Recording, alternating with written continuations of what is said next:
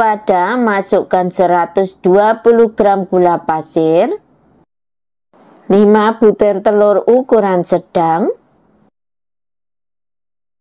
setengah sendok teh vanila cair, 2 sendok teh SP,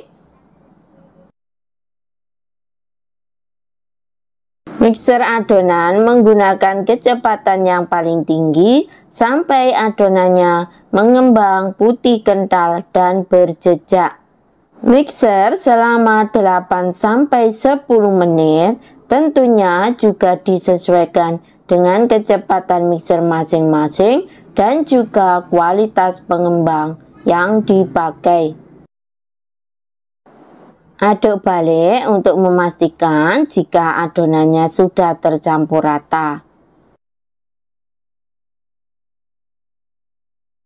Tambahkan 140 gram tepung terigu, saya masukkan bertahap 3 kali sambil diayak agar mudah tercampur.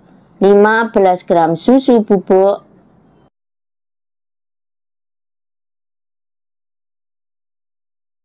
aduk balik adonan sampai bahan keringnya tercampur rata dengan adonan. Bahan kering saya masukkan bertahap agar mudah tercampur dengan adonannya.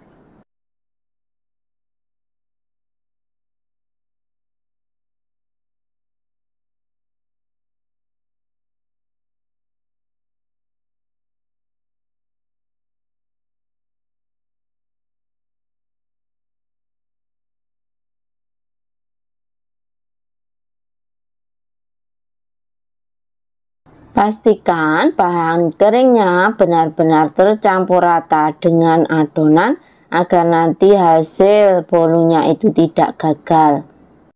Tambahkan 120 gram margarin yang sudah dicairkan dalam keadaan hangat kuku ya margarinnya.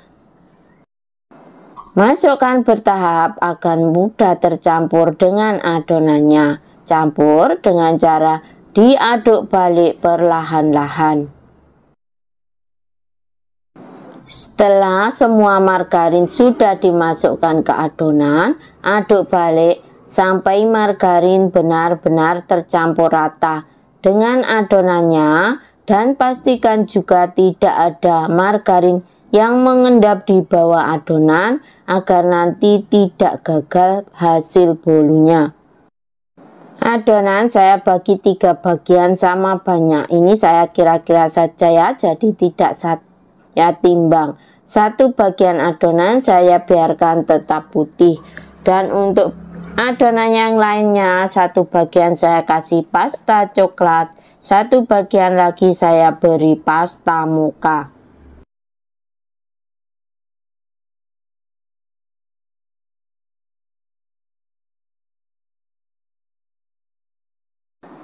Masukkan sebagian adonan coklat dulu ke dasar loyang ya. Loyang saya memakai diameter 24 cm, tinggi 7 cm. Untuk memasukkan adonan sesuai selera saja ya. Yang penting selang-seling antara adonan coklat, putih, dan mocha. Loyang sebelumnya sudah saya olesi Carlo KW yang terbuat dari 1 sendok makan tepung terigu, 1 sendok makan minyak goreng, dan 1 sendok makan margarin. Diaduk rata lalu dibuat untuk olesan. Untuk keterangan resepnya nanti saya sertakan di description box-nya, berada di bawah judul. Lakukan sampai adonannya habis. Hentakkan loyang beberapa kali untuk mengeluarkan gelembung udara yang terperangkap dalam adonannya.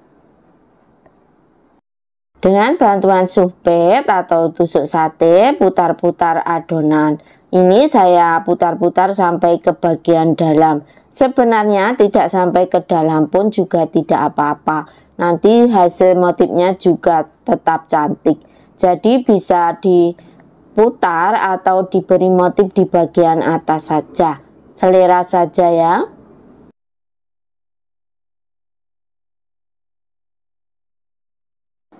Oven sebelumnya sudah saya panaskan terlebih dahulu selama 10 menit.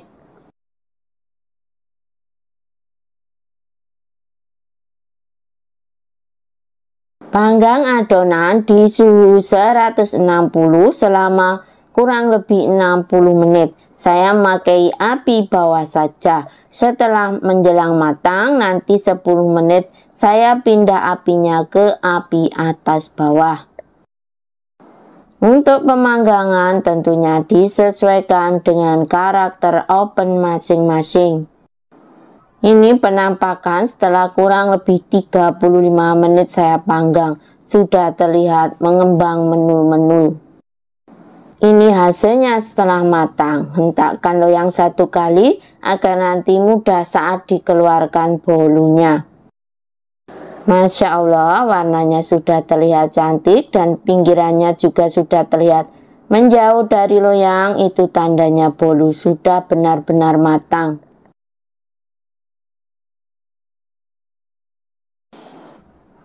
Alhamdulillah, hasilnya sudah terlihat menul-menul dan juga motifnya cantik. Setelah bolu dingin, potong-potong sesuai selera.